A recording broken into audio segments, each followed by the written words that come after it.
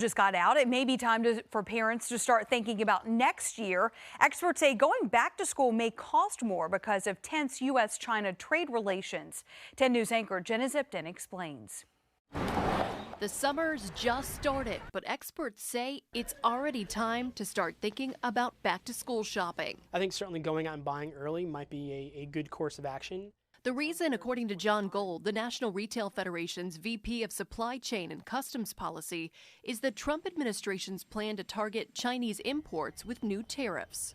Tariffs are taxes. They're paid by U.S. industries, U.S. companies who import products from overseas. And unfortunately, those taxes then have to get passed along to U.S. consumers. Those taxes set to go up 25%, and that means a higher price tag for back-to-school basics. Everything from clothes to shoes to pencils, pencil cases, rulers, erasers, pencil sharpeners, even the lunch bags and backpacks. In order to avoid paying higher prices, Gold suggests back-to-school shopping should start sooner rather than later. To be on the safe side, consumers certainly can go and go shopping early to make sure they get the product and get it at a price that they wanted. That way, going back to school won't break the bank.